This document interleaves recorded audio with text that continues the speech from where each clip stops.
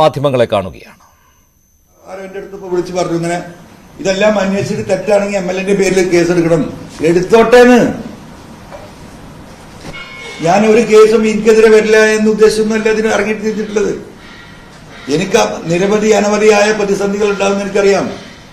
എന്നെ കൊടുക്കാൻ ഇവർ നോക്കും, ഇവനെ കുരുക്കാൻ നോക്കും, കള്ളക്കേസുകൾ ഉണ്ടാവും. അപ്പൊ അതുകൊണ്ട് ഇത് കാണുമെന്താ എന്നെ കുറിച്ചുള്ള ആദ്യം എന്താ ചെയ്തത്? ആ പോലീസ് ഓഫീസേഴ്സിന്റെ അസോസിയേഷൻ കഴിഞ്ഞിറങ്ങിയപ്പോ പറഞ്ഞത്, നിങ്ങളോടെന്താ പറഞ്ഞത്? ചോദിക്കൂ കഴിഞ്ഞ ചോദിക്കൂ. ഒരു ADGPയുടെ പെർഫോമൻസ് ആ പോലീസ് സമ്മേളനം കഴിഞ്ഞിറങ്ങുമ്പോൾ നിങ്ങൾ കണ്ടതാ? കഴിഞ്ഞു. ഞാൻ ഉത്തരം പറയാം. എന്നെ കുറിച്ച് പറഞ്ഞ എല്ലാ പരാതികളെ കുറിച്ചും ബഹുമാനപ്പെട്ട മുഖ്യമന്ത്രിയോട് അന്വേഷിക്കാൻ ഞാൻ എഴുതി കൊടുത്തു. കഴിഞ്ഞില്ലേ? ഏതാവും സാധനം? ഏതാണ്? ഇപ്പൊ എന്താ ഇത്? ആളുകളുടെ മൈൻഡ് തിരിക്കുക. അന്ന് കേട്ടവനൊക്കെ തോന്നി, ഓ തിരക്കടില്ലല്ലോ, ഇയാളെന്നെ പറയാം എന്നെ കുറിച്ച് അന്വേഷിച്ചു. പാവം അല്ലേ? ഒരു ചെറിയ ശതമാനം ആളുകൾക്ക്. ഇന്നിപ്പോ എന്താ? ഈ പറഞ്ഞതൊക്കെ അസത്യമാണെങ്കിൽ പറഞ്ഞ MLAയുടെ പേരിൽ ക്രിമിനൽ പ്രോസിക്യൂഷൻ നടത്തണം. ആയിക്കോട്ടെ. അത് കേൾക്കുമ്പോ എന്താവുന്ന, ഓ അയാളങ്ങനെ പറയണമെങ്കിൽ എന്തെങ്കിലും ഇല്ലാതെ പറയും അല്ലേ? ഇതാണ് നമ്മുടെ മനുഷ്യരുടെ ഒരു മൈൻഡ്. ഈ രീതിയിൽ ഞാൻ തിരിച്ചുവിടുകയാണ്. അത് ഞാൻ ആവർത്തിച്ച് പറയാണ്. ഇനി ADGP അജിത് കുമാറിനെ ലോ ആൻഡ് ഓർഡറിൽ ഇരുത്തിയിട്ട് ഈ കേസുകൾ അന്വേഷിച്ചാൽ ഈ പറഞ്ഞതുപോലെ PV അൻവറിനെ കുരുക്കാൻ തന്നെയാണ്. മനസ്സിലായില്ലേ? അതുകൊണ്ട് ബഹുമാനപ്പെട്ടത് അന്വേഷിക്കുന്ന ഉദ്യോഗസ്ഥരോട് ഈ നാടിന് വേണ്ടി പറയണം, ഈ തെളിവുകൾ PV അൻവറിന്റെ കയ്യിലൊന്നുമല്ല. നാളെ PV അൻവറിന് എന്തെങ്കിലും സംഭവിച്ചാലും ഈ കേസ് അവസാനിക്കില്ല. അതിന് കൃത്യമായ സെറ്റപ്പുകൾ ഞാൻ ഉണ്ടാക്കിക്കൊണ്ടേയിരിക്കുകയാണ്. എന്നെ ചെയ്താലും ഈ തെളിവുകൾ ഇങ്ങനെ പല ഭാഗത്തും ഉണ്ടാകും. ആ സാധനം തിരിച്ചു വരും. ഇങ്ങനെയുണ്ട് ഒരു കളി. ഇതിനൊരു പരിധിയില്ലേ? എല്ലാ പരിധിയും ലംഘിച്ചിട്ടുണ്ട്. എല്ലാ പരിധിയും ഈ അജിത് കുമാറും സംഘവും. ഇതിൽ തന്നെ ഇനി വലിയ മീനുകളുണ്ട്. ഒട്ടനവധി ചെറിയ മീനുകളുണ്ട്.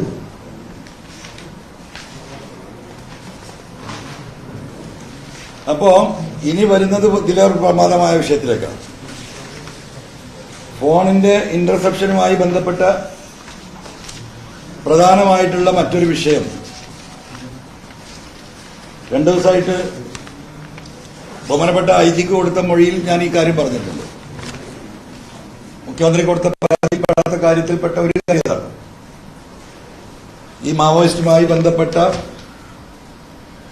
UAPA ചുമത്തുന്ന രാജ്യദ്രോഹ കുറ്റം അന്വേഷിക്കുന്ന ഏജൻസികൾക്ക് ഇത്തരത്തിലുള്ള ഫോണ്, ഇന്റർനെറ്റ്, ഇമെയിലുകൾ, ടെലിഗ്രാമുകൾ തുടങ്ങിയിട്ടുള്ള എല്ലാതും പരിമിതമായ ഉദ്യോഗസ്ഥരുടെ പെർമിഷനോട് കൂടിയിട്ട് ഇത് ചോർത്തിയെടുക്കാൻ ലീഗലായിട്ടുള്ള റൈറ്റ് ഉണ്ട്. അതിൽ മാവോയിസ്റ്റുമായി ബന്ധപ്പെട്ട വിഷയത്തിൽ അവർക്ക് നല്ല റൈറ്റ് ഉണ്ട്. ഇവിടെ സൂചിപ്പിച്ചതുപോലെ ഈ മാവോയിസ്റ്റ് മേഖലയിലുള്ള SP-മാർക്ക് ഈ സംവിധാനത്തോട് ഇന്ന ആളുകളുടെ ഫോൺ ചോർത്താൻ ആവശ്യപ്പെടാം. അപ്പൊ അതില് ചില കാര്യങ്ങളൊക്കെ പറഞ്ഞത് ചെറിയ തെറ്റുകളുണ്ട്. അതിൽ റിപ്പോർട്ട് ചെയ്യപ്പെട്ടത് ഇവിടെ ഒരു ATS സംവിധാനം, ആന്റി ടെററിസ്റ്റ്, അതിന്റെ കീഴിലാണ് മാവോയിസ്റ്റ് വരുന്നത്. അത് സെൻട്രൽ ചെറിയൊരു ഒബ്സർവേഷനുള്ള ഏരിയയാണ്. അതിന്റെ 2 കേന്ദ്രമേ ഉള്ളൂ. കോഴിക്കോട്, വയനാട് എന്നൊക്കെ പറയുന്നത് അവിടെ കേന്ദ്രങ്ങളില്ല. 1 എറണാകുളമാണ്, 2 നമ്മുടെ അരീക്കോട് പഴയ MSP ക്യാമ്പ്. ഇന്ന് MSP-ക്കാർ അവിടെ ഇല്ല. അവിടെ ഉള്ളത് ഈ പറയുന്ന ATS-ന്റെ സ്പെഷ്യൽ ഓപ്പറേഷൻ ഗ്രൂപ്പാണ്, SGO. അവിടെയാണ് ഈ ഇന്റർസെപ്ഷൻ ടെലികമ്മ്യൂണിക്കേഷൻ സിസ്റ്റം വർക്ക് ചെയ്യുന്നത്. അത് ഒരാളുമായി ബന്ധമില്ലാതെ MSP ഗ്രൗണ്ടിന്റെ ഒരു മൂലയിൽ പ്രവർത്തിക്കുന്ന ഒരു സംവിധാനമാണ്. അപ്പോൾ സ്വാഭാവികമായിട്ടും മലപ്പുറം SP സുജിത് ദാസ് അദ്ദേഹത്തിന്റെ നേരിട്ടുള്ള നിയന്ത്രണത്തിലുള്ള ഈ ഇന്റർസെപ്ഷൻ മെഷീനുകൾ അവിടെ സ്ഥാപിച്ച അന്ന് തൊട്ട് ഞാൻ ഈ പറയുന്ന ഈ നിമിഷം വരെ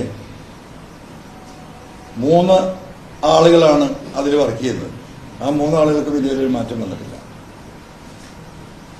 ആരെ ഫോണും ചോർത്താണ്. കോടികൾ മുടക്കിയ ATSന്റെ ഇന്റർസെപ്റ്റ് ചെയ്യുന്ന ടെലികമ്മ്യൂണിക്കേഷൻ സിസ്റ്റം. അപ്പൊ ഇത് ഈ വാർത്തകൾ പുറത്തു വന്നപ്പോൾ ഞാൻ ഈ കാര്യങ്ങൾ ഫോൺ ചോർത്തുന്നുണ്ടെന്ന് പറയുമ്പോൾ പലരും എന്നെ എന്റെ വെൽവിഷേഴ്സ് ആയിട്ടുള്ള ആളുകൾ വിളിച്ചു ചോദിച്ചു, എന്താണ് നിങ്ങൾ ഈ പറയുന്നതിന് ഒരു പരിധി വന്നിട്ടോ,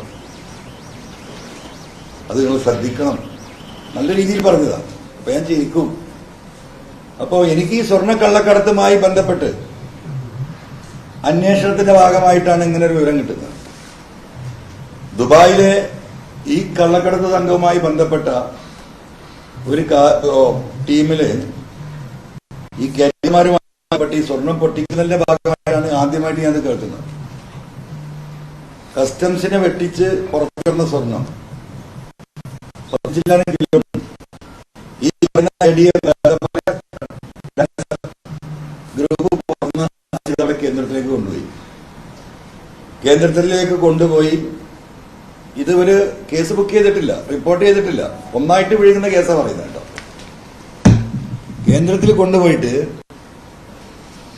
ഇവനെ ആദ്യം നന്നായി ഒന്ന് ഒതുക്കും. അങ്ങനെയാണല്ലോ ജയിലിലേക്ക് ഒരു പ്രതികരണം ഇപ്പൊ